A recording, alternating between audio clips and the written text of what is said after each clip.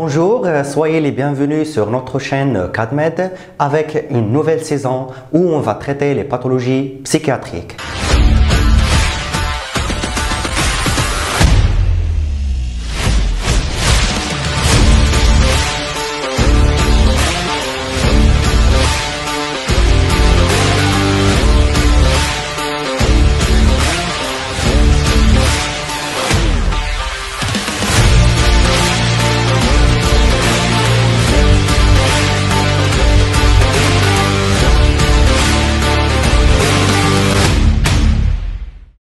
Un trouble somatoforme, c'est un ensemble des symptômes, des signes ou plaintes physiques pour lesquels aucune anomalie identifiable de type lésionnel ne peut être incriminée.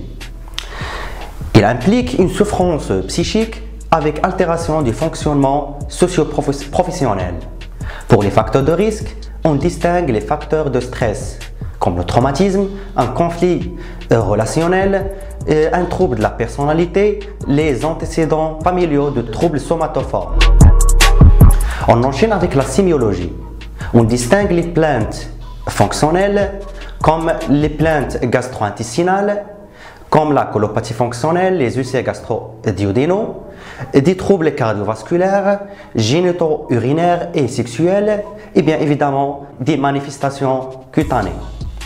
Pour les signes d'allure neurologique, on distingue les troubles moteurs, sensitifs et sensoriels, qui se caractérisent par le non-respect de l'orientation anatomique du système nerveux et qui sont influencés par la suggestion. Et on distingue les symptômes douloureux, la douleur aiguë d'une durée moins de 6 mois et la douleur chronique d'une durée plus de 6 mois. On enchaîne avec les troubles psychiatriques et on distingue les troubles de somatisation qui se manifestent par un syndrome de briquet. C'est l'association de multiples plaintes fonctionnelles, polymorphes et durables. On distingue également les troubles somatoformes indifférenciés et non spécifiés. Indifférenciés, ça veut dire l'atteinte d'un seul domaine corporel plus de 6 mois. Non spécifié, c'est l'atteinte d'un seul domaine corporel mais d'une durée moins de 6 mois. Et on distingue les troubles gastro-intestinaux, respiratoires, cardiovasculaires, des troubles génito-urinaires, sexuels et des fibromyalgies. L'hypocondrie, c'est la conviction erronée de présenter une pathologie médicale non psychiatrique persistant malgré un bilan normal d'une durée plus de 6 mois. La dysmorphophobie, c'est un défaut imaginaire de l'apparence physique. Et maintenant, on enchaîne avec les diagnostics différentiels. Une pathologie organique expliquant les symptômes, il faut toujours éliminer une pathologie organique. Deuxième diagnostic différentiel, c'est le syndrome de Munchausen.